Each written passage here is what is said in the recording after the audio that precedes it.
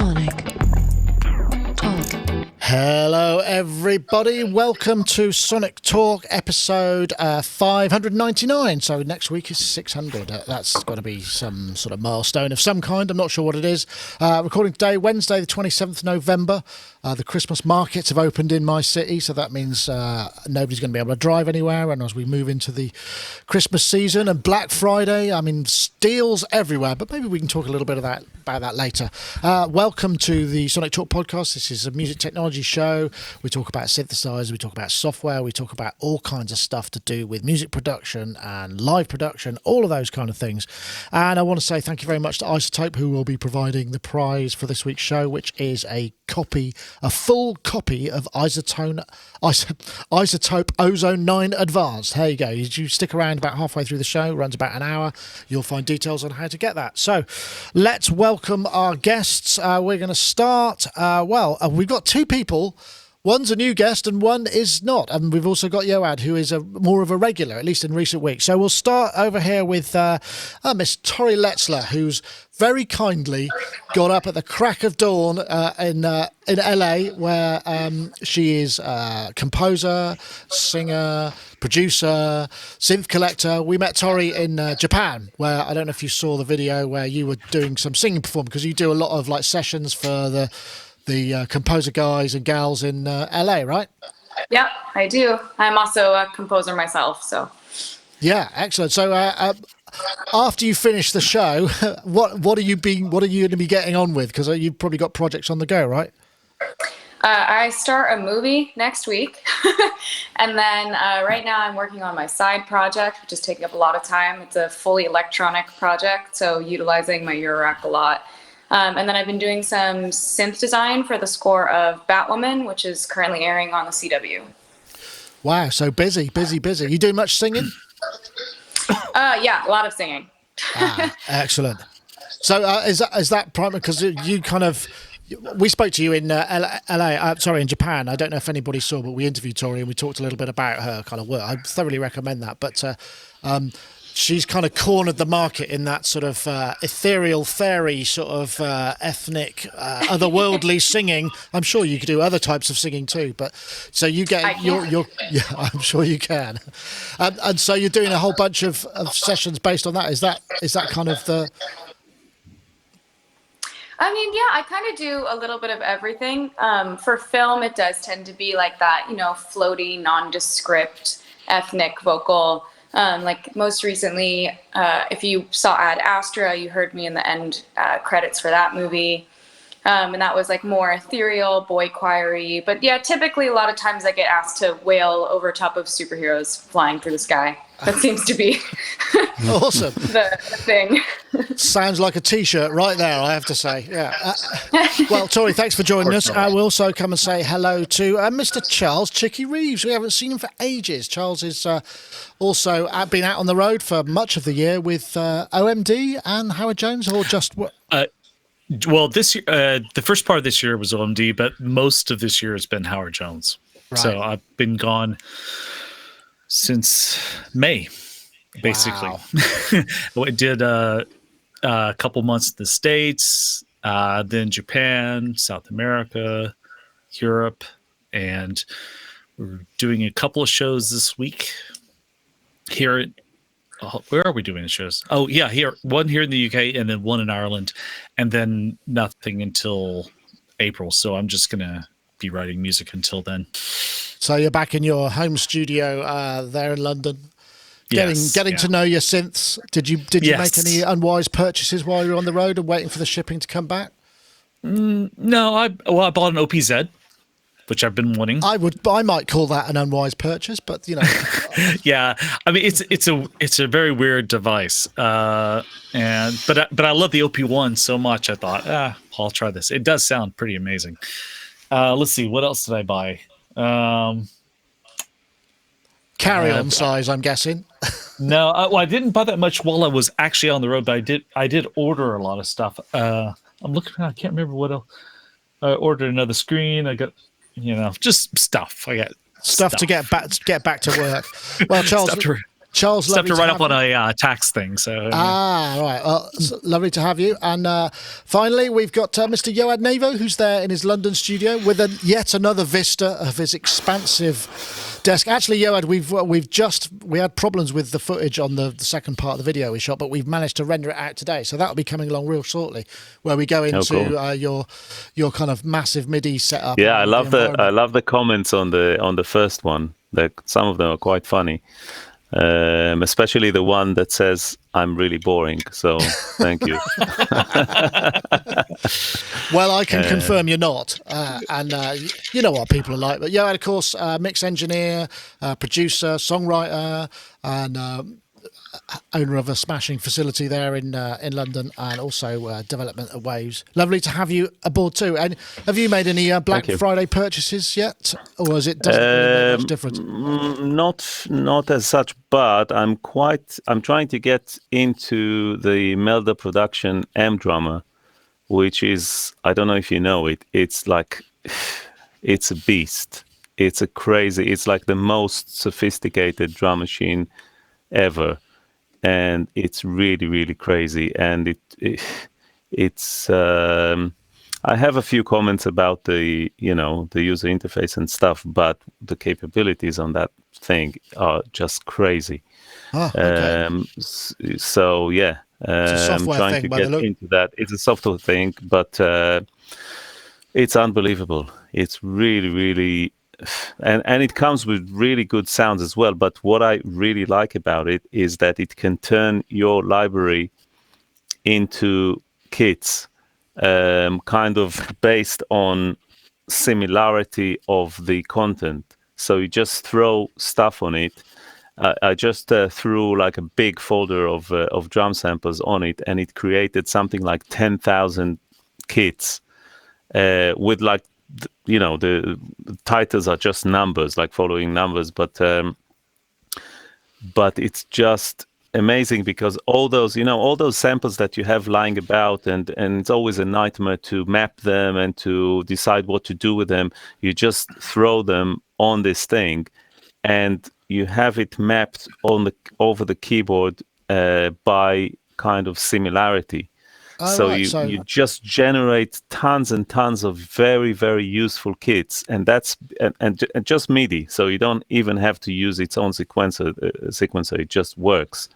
But then the sequencer there is quite mind blowing, and it's a very, very sophisticated thing, and very impressive. A bit of a learning curve to in order to utilize it in everyday work, but it's quite mind-blowing. So I'm quite into that. Plenty to be going on with. Okay, well, let's get on to our first topic. This was I was hoping to have the whole video because we've shot a video with this. We've just got it ready. This is the new Expressive E Osmose. So I'll play a little bit of this clip here, which is the kind of artist discovery video. I moved on a little bit because the first two were a bit chunky, I thought.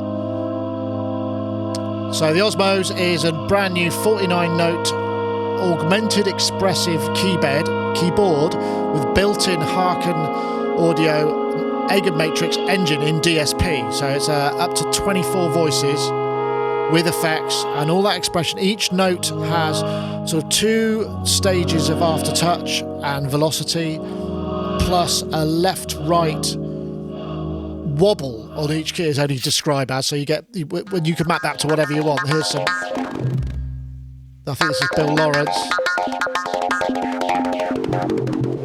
I mean, I have to say it sounds pretty amazing.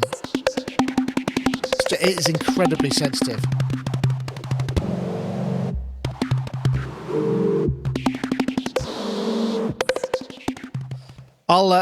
What I'll do is I'll play, because I've got another video which is just me fiddling about a little bit at the end. Incredibly sensitive. I'm just slightly touching the keys.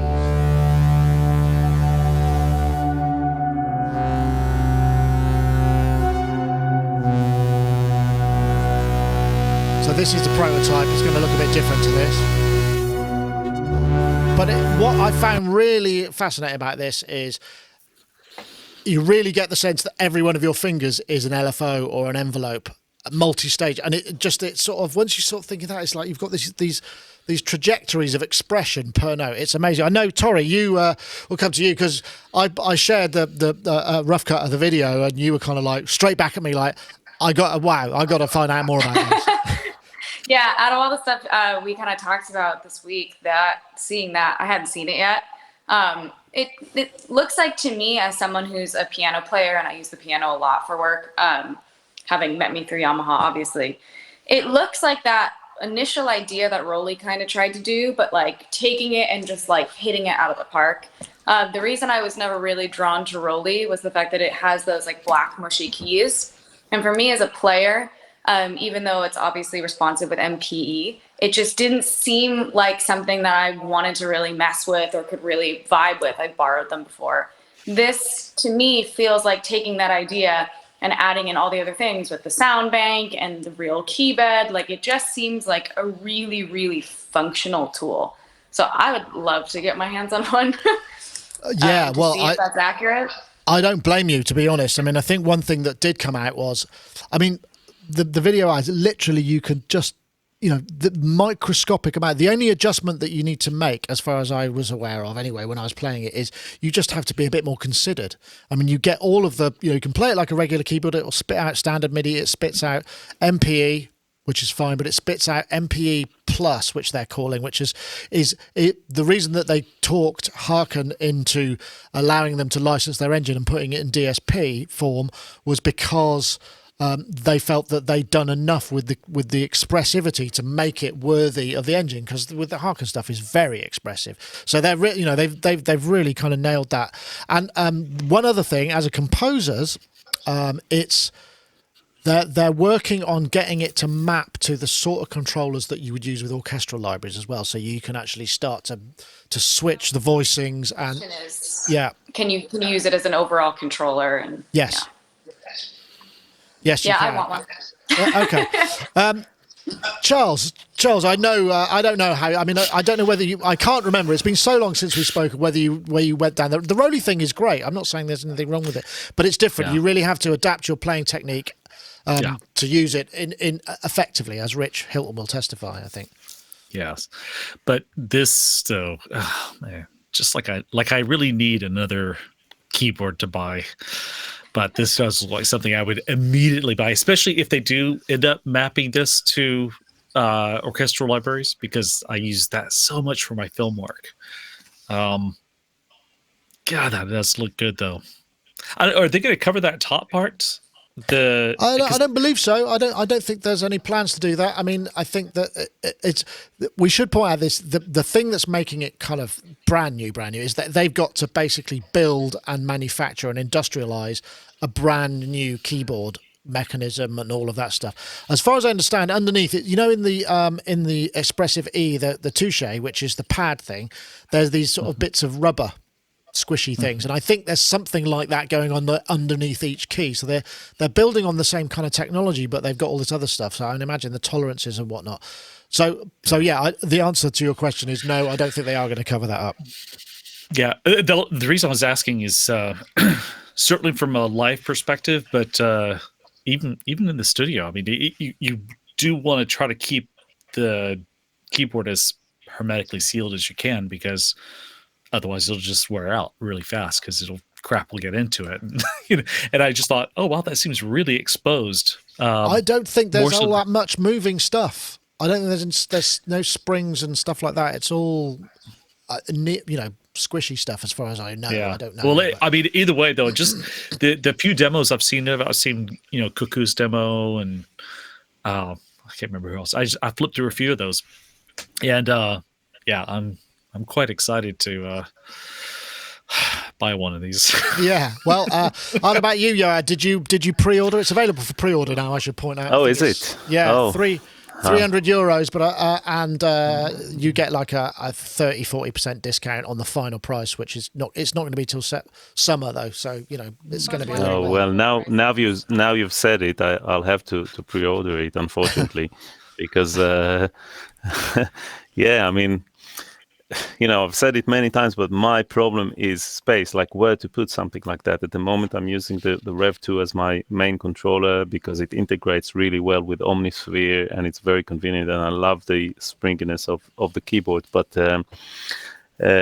something like that is definitely interesting, especially for me because I'm more, I'm a guitarist and so I can't be too expressive on the keyboard with, I don't know, pitch wheel and things like that. So and pedals, I tried using the pedal thing, but the fact that it affects the whole MIDI channel, so the whole basically sound and not individual notes. And this thing is basically a 49 or however many keys touche thing, isn't it? Kind of. Effectively. Yeah, kind of. Which I was kind of tempted to buy the touche, but it looked a little bit kind of, I don't know, cumbersome for something that I can put here. But as a keyboard, yeah, it looks very interesting, and there's always. I always try, like I have a few MIDI guitar controllers, like pickups and things, and a dedicated USB thing, which is was taken from Guitar Hero. It's like a Guitar Hero controller that can spit out MIDI and things. And I have the Roland TG55, which is really nice. And I have a Yamaha thing. I have loads of them, and I always try to be, expressive with MIDI. But the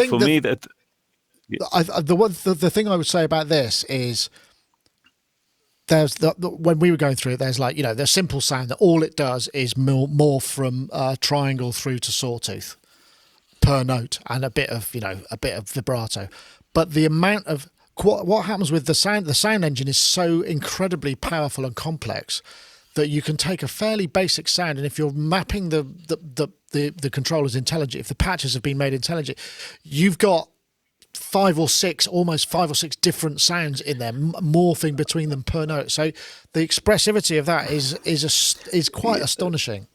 Yeah. So what about this the actual synth engine? Because I'm not familiar with that. It's the Egan Matrix. One. Yeah, it's an Egan Matrix. It is. So is it physical modeling? It's many different things. It's got multiple different kinds of synthesis engine in it, and it sounds very good. And the resolution is also very good. And they were talking about this thing where the scanning rate of the keybed is, the resolution is higher in the attack portion because the transients then are so much more expressive and more accurate. So you get this kind of sharper, more definitive sound. I couldn't really understand what they were doing, but there were all sorts of stuff that they were kind of saying that could be done with the data that but the sound engine is dense. And is it like the full-blown kind of incarnation of that, or is it an LE version? And where can I find? And where is the other Is it in a plugin form? The kind of the editor. No, well the Egan Matrix, as far as it is, is an editor that talks directly to the. I think this may not be the case. Whether it runs on as a sound engine on your computer, and then you just send the patches to the DSP. I'm not sure about that. Actually, that's not a question because I can editing. Yeah, because editing is something which is quite important because I hate menu diving, and I prefer to do everything on screen as much as possible on the screen as much as possible. So that'll be something that. But I'll find out more details about it. I'm sure they're available on the website. I mean, the one thing I will say is when they showed it, I just looked at it and I kind of glazed over that. I mean, Tori, I don't know if you know. Have you seen the Egan Matrix? Because of that, there was in the Harken Continuum Mini and whatnot. You could, there's built into that as well. But it is super dense. I mean, it's like a 4 times the size of a VCS3 pin board with loads of drop-down menus at either end of the rows. Kind of thing. Imagine that. So I don't think that's its strong point, but You can get very, very deep and very dense with it, but the sounds that are programmed in it and just sound incredible. And you know, aside from the fact, so that with the engine, I mean, €1,800 does sound expensive, but I think what you're getting for that, it seems like actually a fair price to me. I would say. I don't know whether that's. I don't know what it's going to be, because it's a lot less capability than that. I think it's pretty expensive. The Roly, the 49. Ooh, that's a good question. I don't know. I don't know how big that is. I'm not sure that they haven't discontinued the large format one. The Seaboard. I think they did. They've been doing the blocks. Did discontinue it. Yeah, I think the block is about 300, isn't it? So it, you know, so it's a different, but it doesn't have a sound engine in. I mean, that's the thing, because people, I think if they look at this as a controller, they'd be going, that's expensive for a controller, but actually it's got a sound engine in, and it's got expression pedal inputs as well, which we use with I was really impressed with it, I have to say. And our video will be coming soon. You can get it. Let's see. I think we got it here, haven't we? Discover Osmose. There's the website here with all the stuff, and you can pre-order it and whatnot. I think it's €300 to pre-order, and they're doing very well with that. By all account, there's various different artist videos. Good old. They're going to Jordan update the left-hand side of it too, right? Yes. I'd heard that they were going to add a lot more onto the left. Yes, I'm just seeing it. Yeah. Well, if you see the picture here. Has it started playing? Oh, it has, hasn't it? Yep. All right, there we go. You can see here, that's a larger AMOLED screen. They moved, you know, they got a couple of faders. So, yeah, the left-hand side is, in our version, it was more all about the keyboard. This part is, as you can see, it's a bigger, brighter display. It's got more control and macro control and whatnot. So you get a bit more stuff. I'm going to have to shut that down, aren't I? Because I can't. And is there like a app that comes with it, like a desktop editor or anything? Yeah, for the Eager Matrix, yeah, there is. You'd have to. There's no, but you can access macros, or at least this is what I'm told. Macros can be accessed via the knobs and the matrix. You can set the global sensitivity for various axes, so it's not a per patch thing, because that would be a nightmare. Then you have to reprogram all the patches. So if you look at that's what I'm trying to show. That's done via the display, but you know, anyway. That's as much as I know, but I think it's going to do well. And from what I can gather, people, well, I mean, Tori, you saw it and immediately went, I need that. Where can I get it? The express, like we were saying, like the expressive access possible use with the VSTs is really, really appealing. So I'm hoping that it does function in that way. Yeah, absolutely. Yeah. Okay, right. We should probably just have a little word from our friends over at iZotope, because there was a lot to chat about there, and we got more to get through.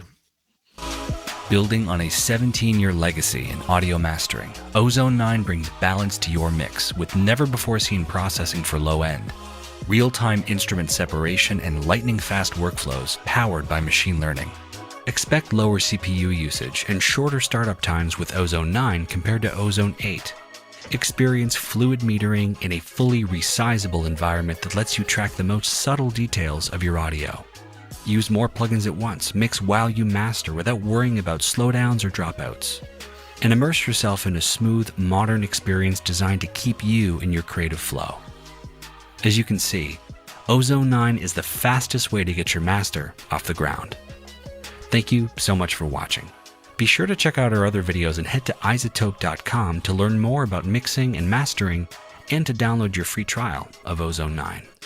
Indeed you can. And of course we have competition result from last week. But before we get onto that, what we're going to do is we're going to talk, we'll just run the this week's competition. We're looking for the hashtag Final Master and the hashtag Ozone9. This is a Twitter competition.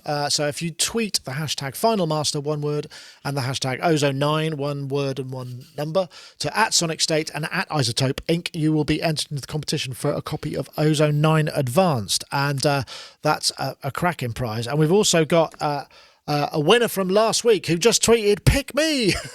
Well, I did, though it wasn't because you tweeted that. It was down to the random number generator. So, oh gosh, I'm never going to be able to pronounce that. So they're known as Negative Feedback, but the is @NGTVFDB.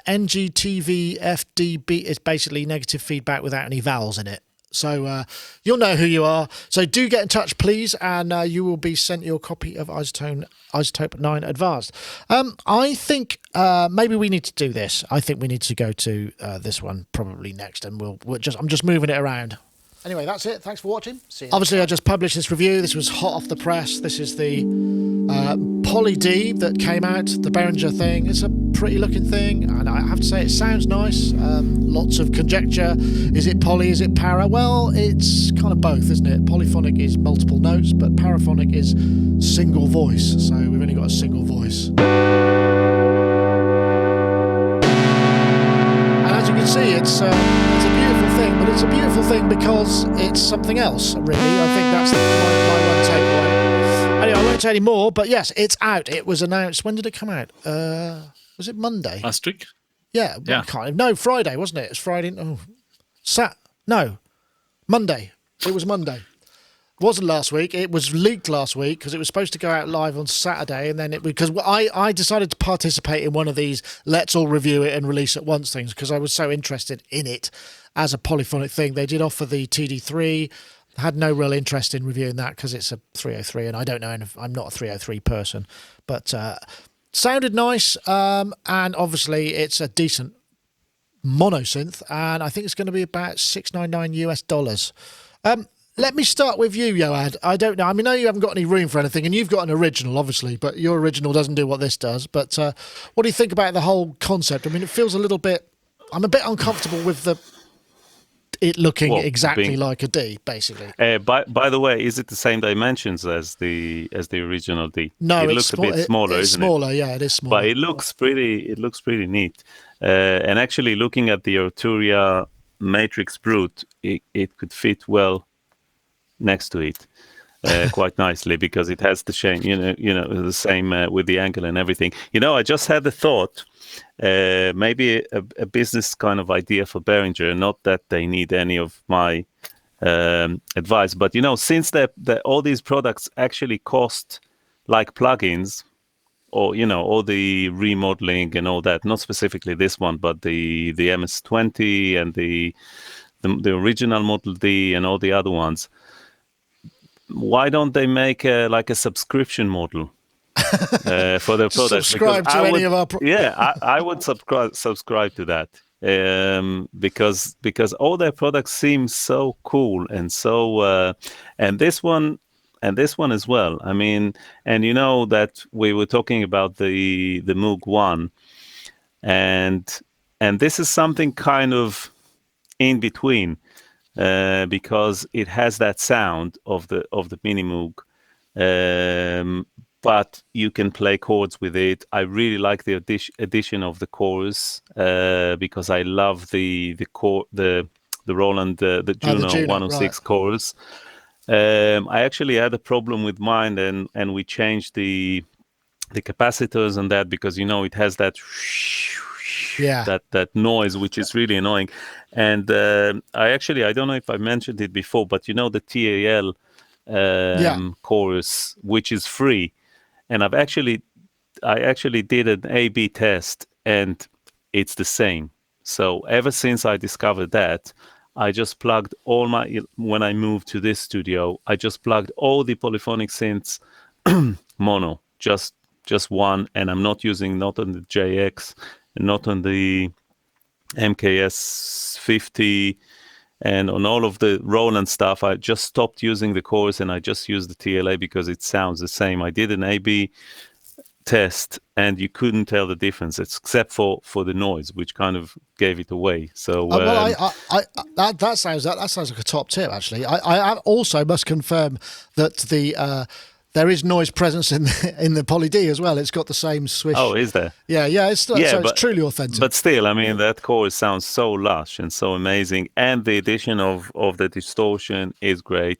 I have to say that I really like the concept of paraphonic synth, and the only one I have which does that is the Korg Poly 800, which I love, and no one else does in the world except for me, unfortunately. But I really love that synth, and a part of that is it being paraphonic, because there's something about like holding a pad, and that also relates to the touche thing a little bit, because like if you hold a chord, because it runs through the same filter, so the envelope, there's one envelope which is triggered by the last note you play.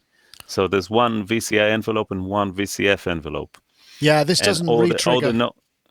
It doesn't re-trigger. Not that it may I'm be sure not in the way that I had it set up, but there's an editor which allows you to change. I'm sure note there is. priorities. I'm sure there is, and it's a shame if there isn't. And I'm sure that they will fix it if it's not present yet. But that would make sense, because the cool thing about it is that you hold the chord, and then with another finger you just you trigger the envelope. Yeah. And that is so cool.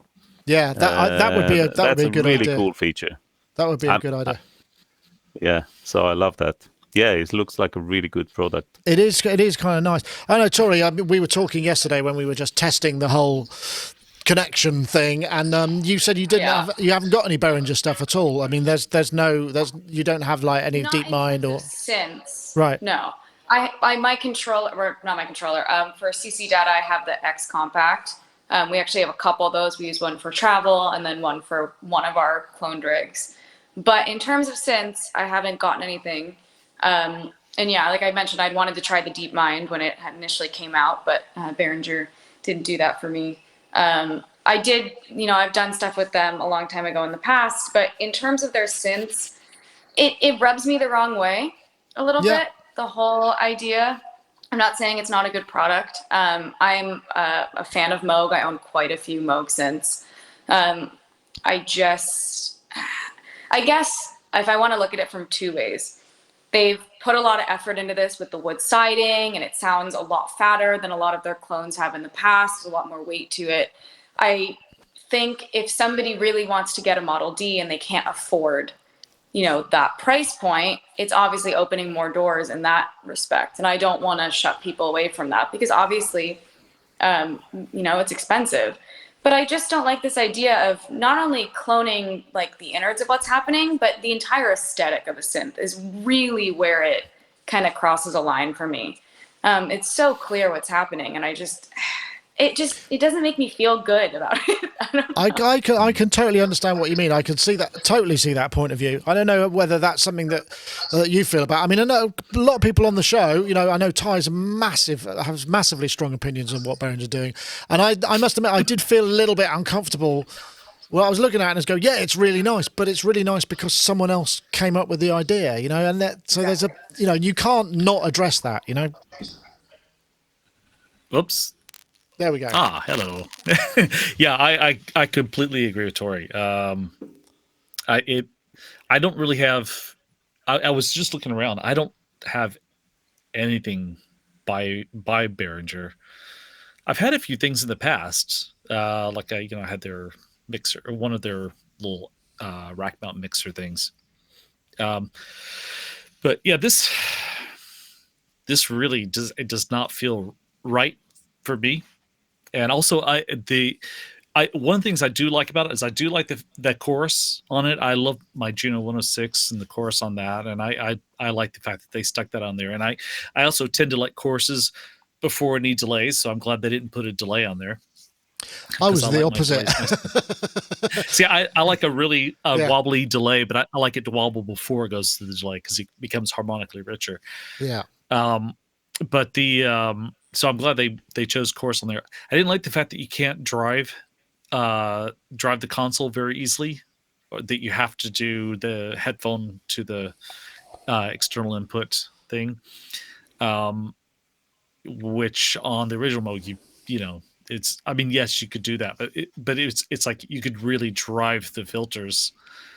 And this one you can't. It sounds nice and clean and fat, and I like really dirty sounding synths. That's why I have the Matrix Brute and the OP1, and I like things that have kind of an aggression about them.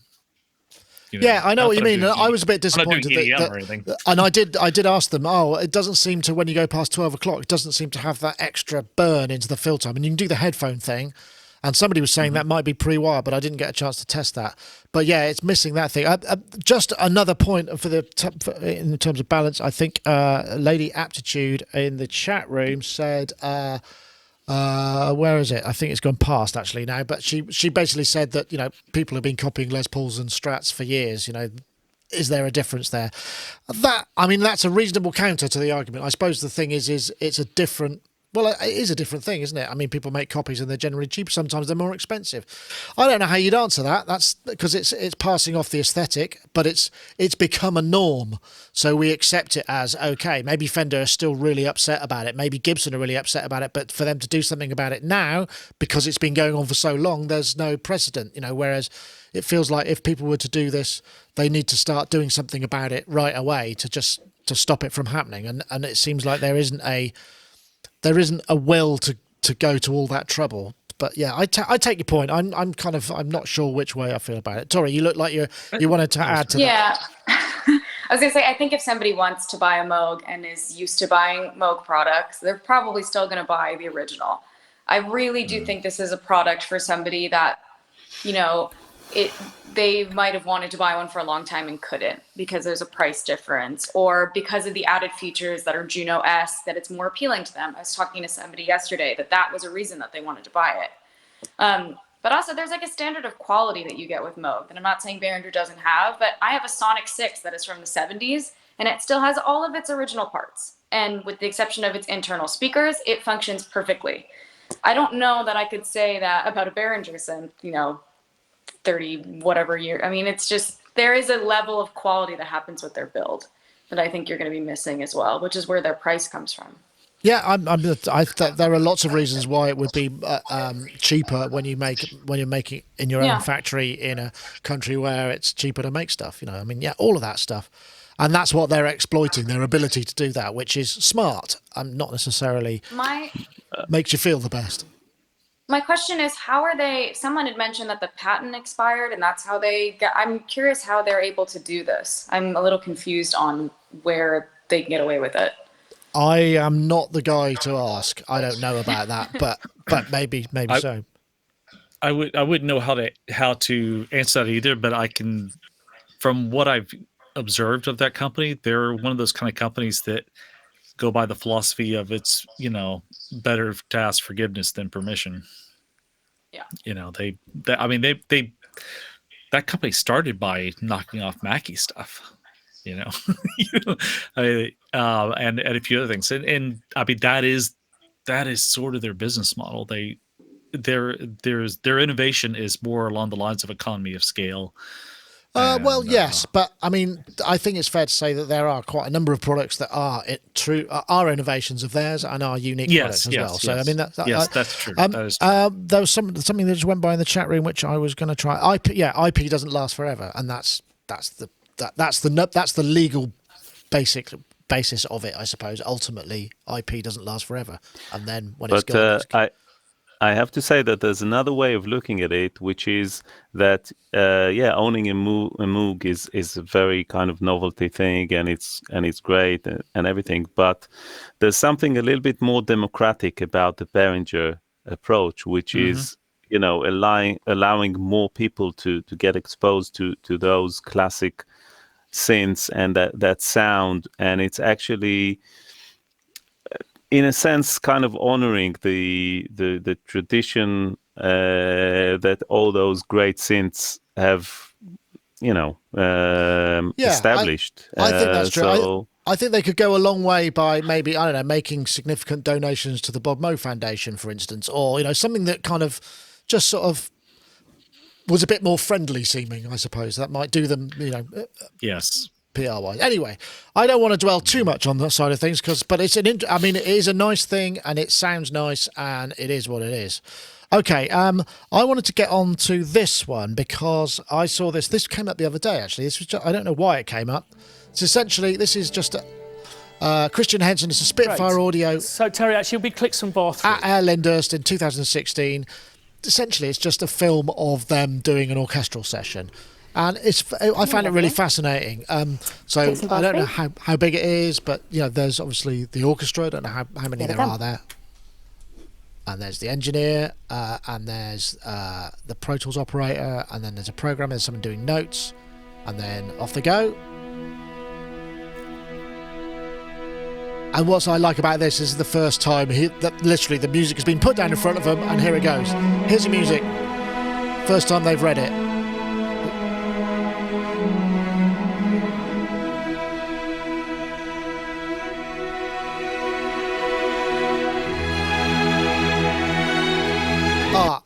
You could sort of, I mean, it's a very joyous piece. It's the perfect piece. I don't know whether that's really the order of things that happen, but for dramatic purposes, let's say it did.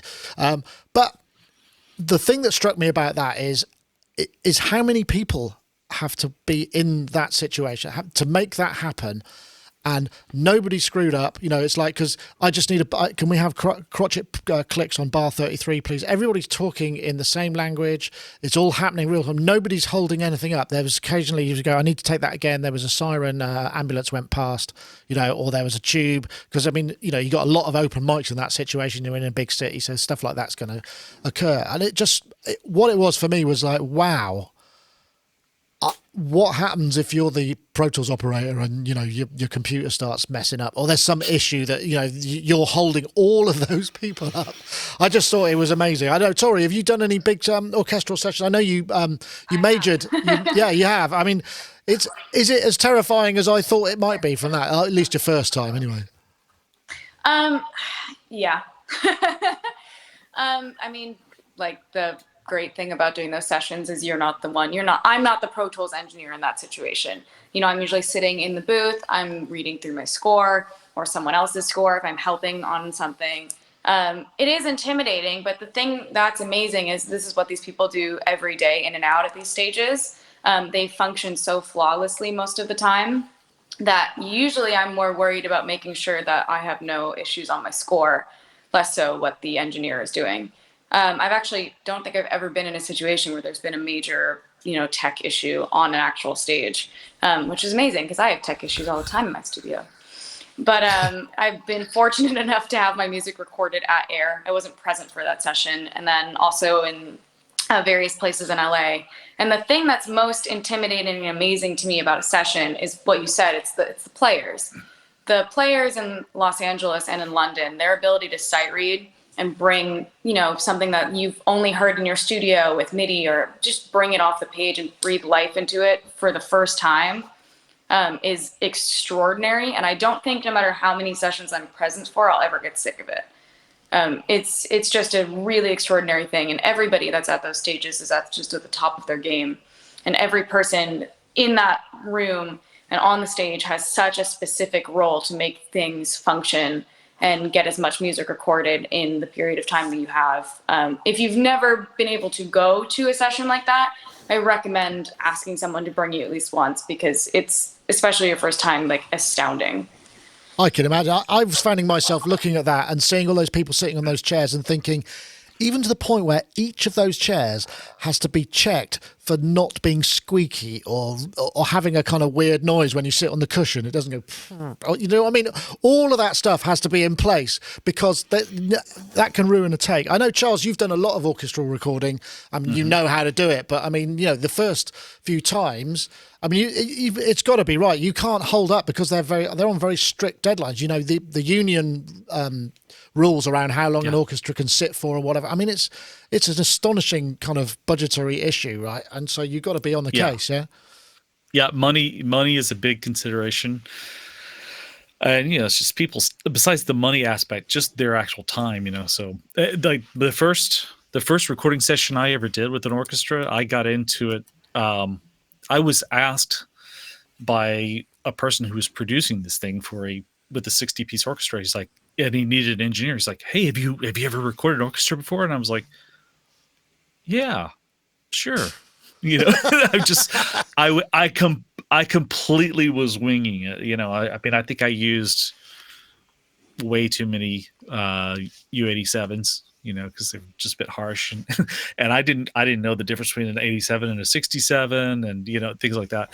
But yeah, I love working with orchestras. I mean, I love orchestrating. I absolutely love orchestral music, you know, and even though the stuff I do is electronic, I still use a lot of orchestral stuff in my music. And but I've also been fortunate enough not only to engineer it, but I've produced a couple of orchestral pieces. I've played a couple of orchestral pieces. I played double bass, and then also I've mixed a few orchestras live, like the Liverpool Philharmonic. To be wow, yeah, I remember you were talking about that. Actually, you were off to go. I think one of your last shows, you were off to go and do that, and I was just sort of kind of couldn't really figure out how you where do you find that stuff out? Because you can't practice on anything. I mean, it's not like you got an orchestra. No, sitting and I mean, around. you have such a you don't really have much of a sound check, or you can be there for rehearsals, but you really can't mic them up much for in rehearsals because it gets in the way of the rehearsal itself. So you just got to you get the layout of how they are. I usually take a bunch of pictures, and then I'm planning it out while I'm listening to them, trying to figure out which parts are going to be, coming up, which ones need to be emphasized, and also it's a lot of that. There's all sorts of other stuff you have to factor in, like what type of PA you're going to use and what type of room it is, because not all PAs are the same.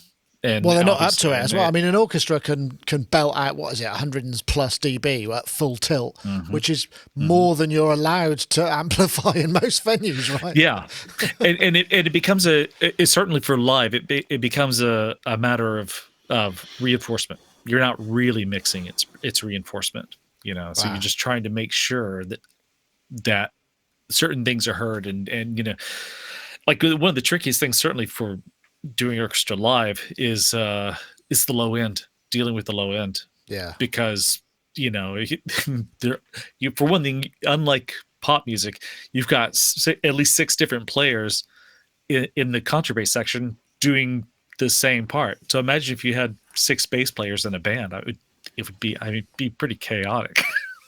I know bands have done done 2, but that's 6, and then you got to balance that with the bass drum and the timpanis and things like that.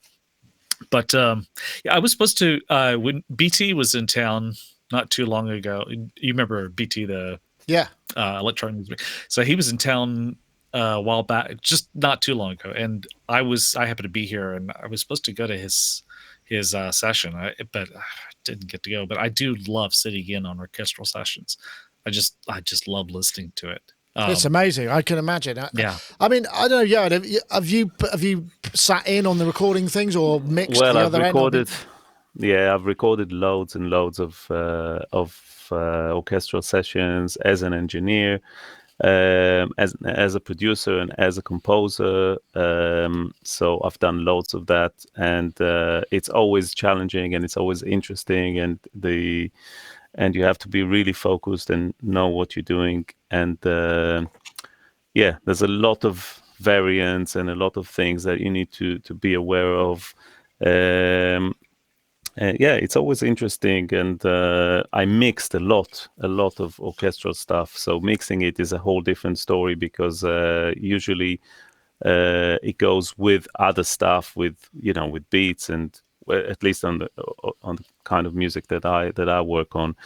But I remember the first time that I recorded a big orchestra at Abbey Road, and it was actually my piece that I wrote for Bond.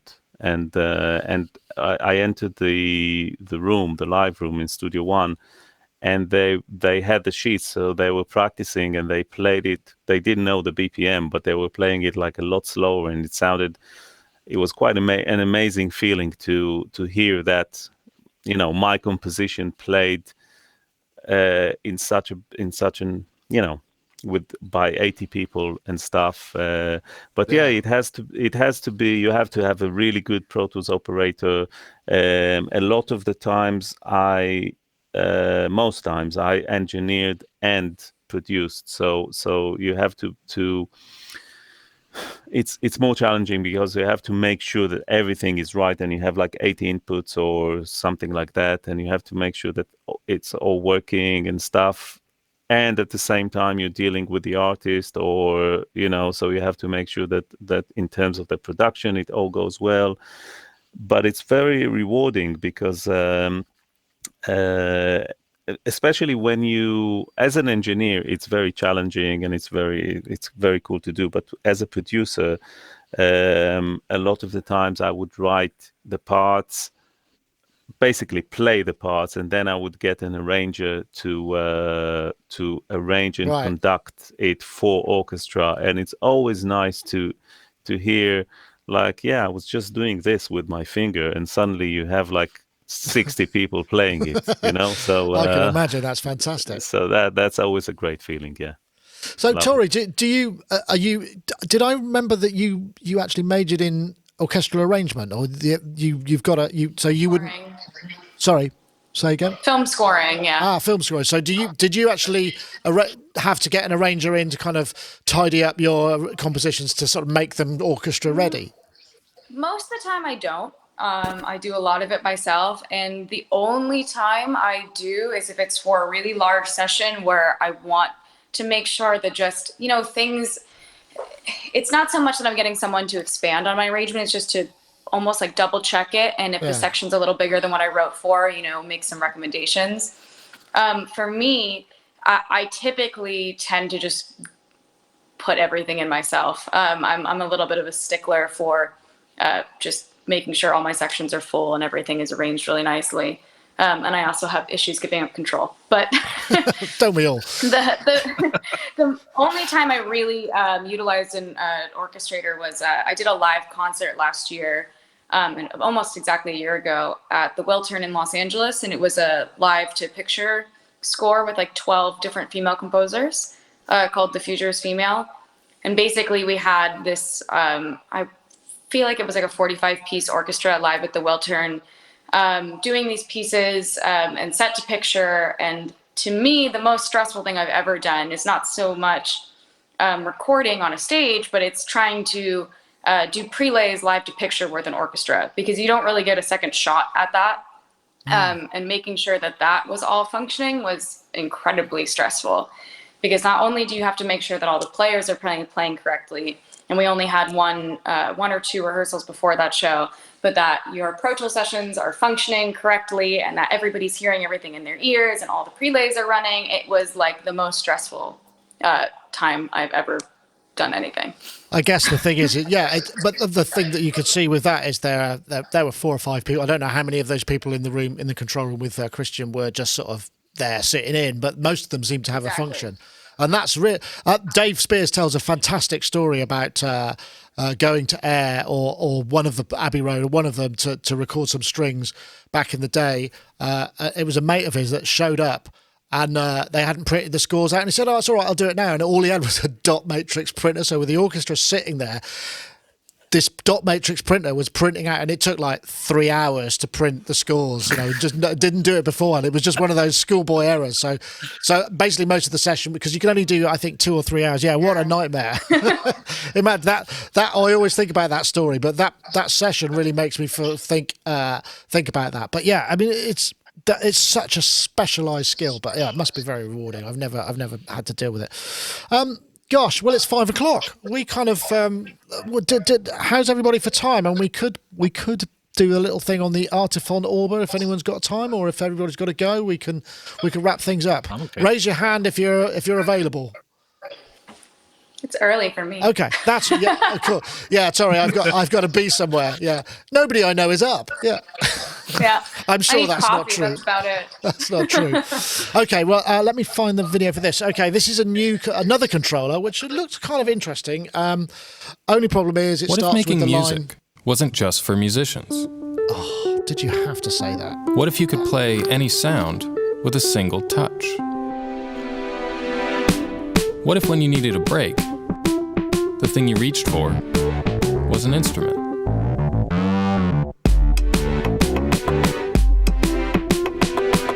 Okay, so it's another one of those. You don't have to be a musician to make music, which I think is a very disappointing way to open any kind of musical thing. But we'll let them let them go on that. And this is the Orba by Artiphon, and it's as far as I understand, it's actually it's a standard. Oh my God, the money's going up as I speak. So they're well overfunded on Kickstarter. But the idea is it's a kind of, I think it's got a synth engine built into it. So it does live looping. It's got a little speaker, but it also Bluetooths and USB-C's MIDI out as well. And you've got velocity sensing, you've got all those kind of things. And that's the thing that looks perhaps kind of the most interesting thing to me. But I mean, it's like, what, $90?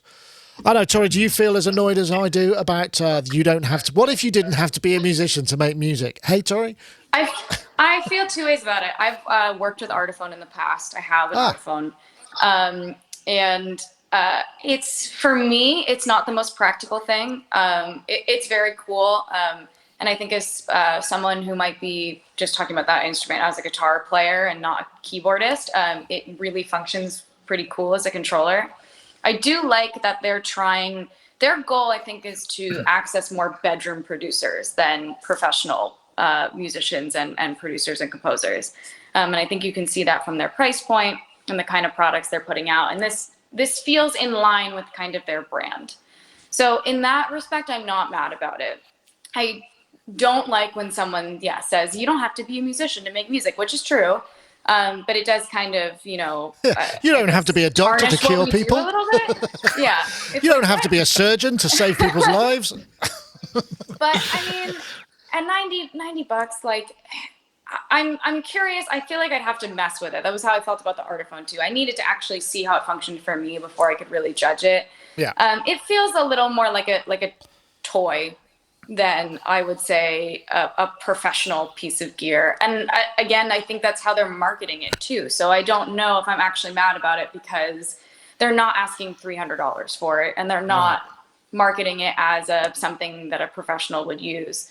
But the only thing I saw that did interest me was later on in that video, I think it's that video, somebody has it because it acts as an interface, correct? Am I wrong about that? I think so. Act as an interface?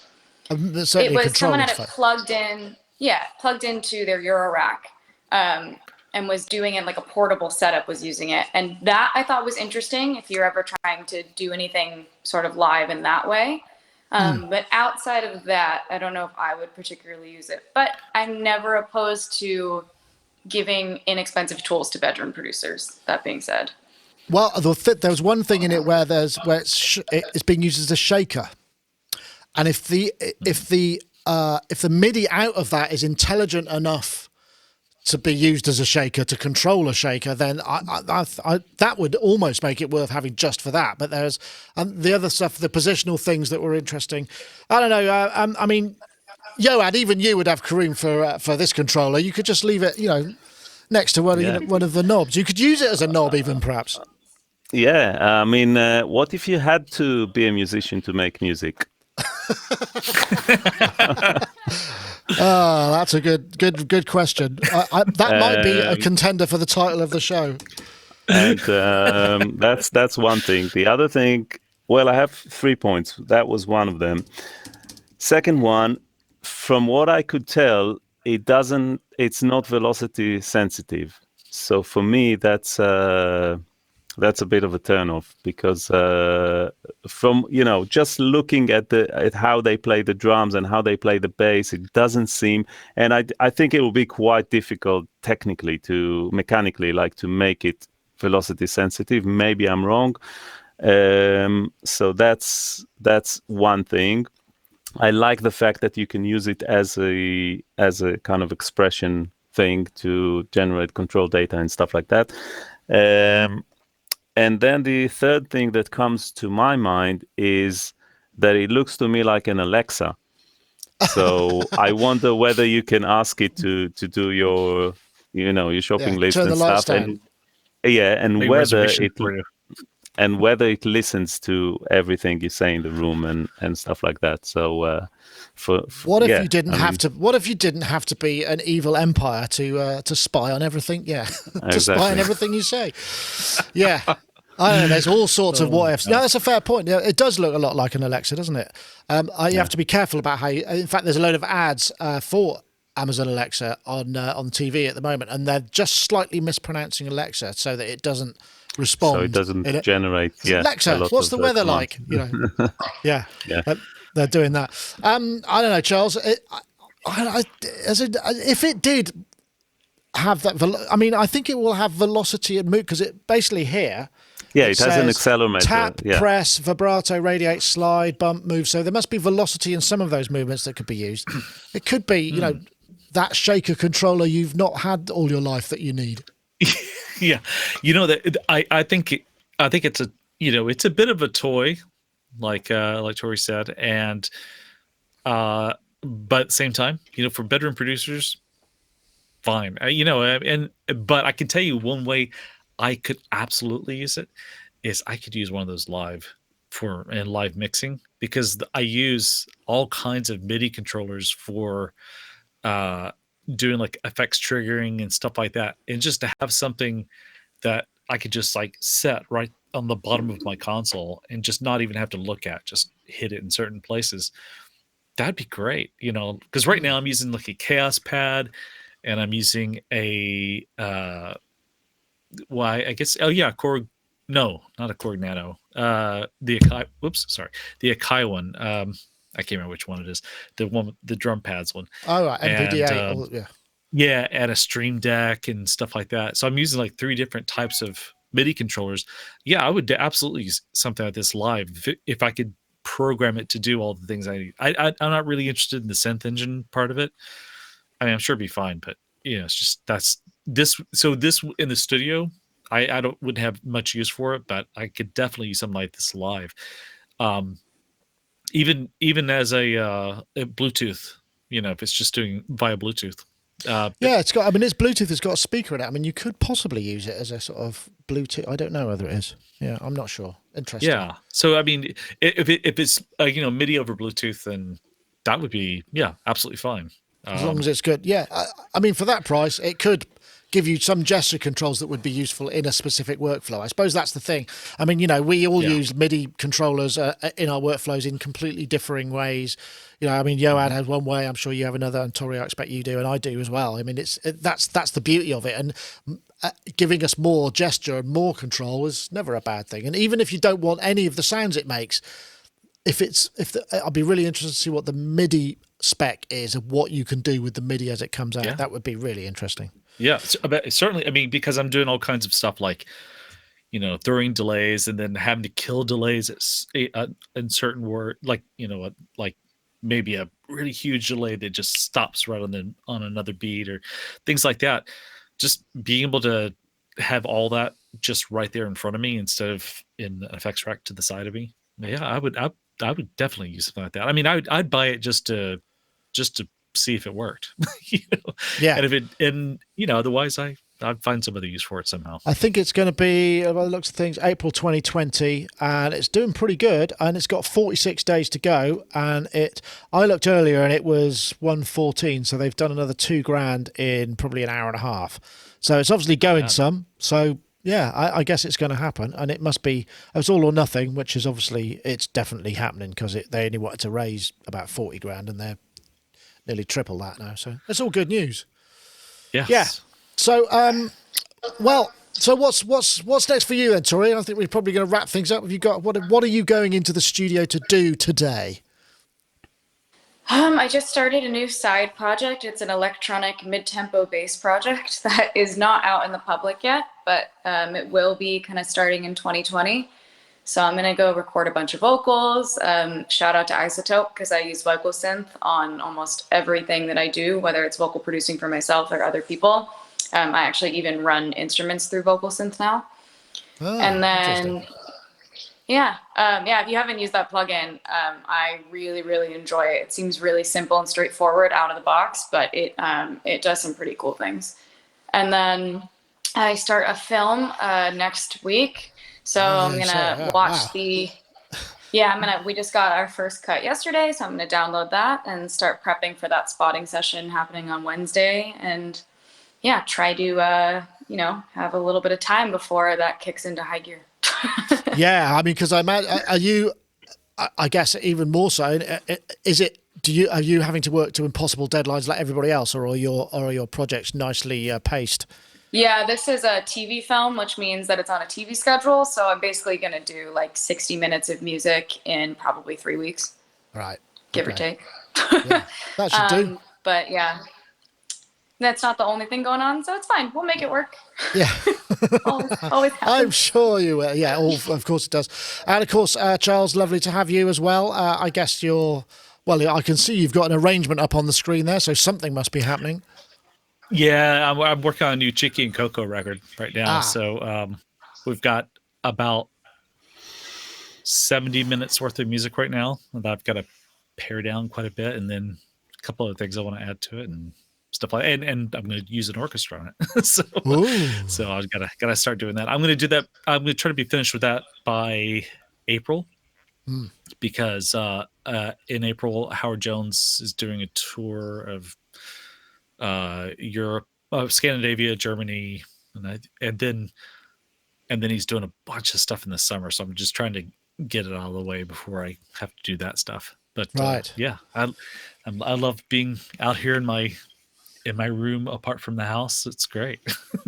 Well, lovely to have you aboard. Thank you very much for joining us. And also, Yoad, thanks for joining us too. I'm glad we got your audio sorted out and everything seems to be working good. I guess you've got plenty on the go. I can't see whether you've got an arrangement on your page. It looks like that thing that's the sample map. Is that the sample map plugin you've got on your screen at the moment? That's the XO by XLN, which is another really cool drum machine. Yeah, I'm working on this big ad campaign for a major brand in the US. I'm doing the soundtrack, so I'm composing the music, and I'm doing the post-production and mix for that. So that's quite challenging and quite interesting, actually. And I love working to picture, because you kind of, in a way, it's really easy because you just see it and I don't know, it kind of does itself. It's really nice. I like that, and it's very different from working on pop records. So I like the diversity, and it's always nice. There's another dimension to it, when you work to picture. So yeah, enjoying it very much at the moment. Excellent. Well, thank you, everybody, folks. I will go to the 4 shot so that we can say goodbye. Tori, thanks for joining us. It's been a real pleasure to have you as a first timer. Maybe we can persuade you to come on again as well. So I would love that. Thank you for having me. You're more than welcome. Now you can have some breakfast, right? I'm sure you already did. Well, that's it for this week. Oh, don't forget, before we go, we should say thank you to iZotope. Don't forget, if you want to win a copy of Ozone 9 Advanced, we're looking for the hashtag FinalMaster, the hashtag Ozone 9 to @Sonicstate and @iZotope Inc. But that's it for this week. We will see you all at the other side. There'll be a show next week. Thanks for watching. See you later. Bye-bye now.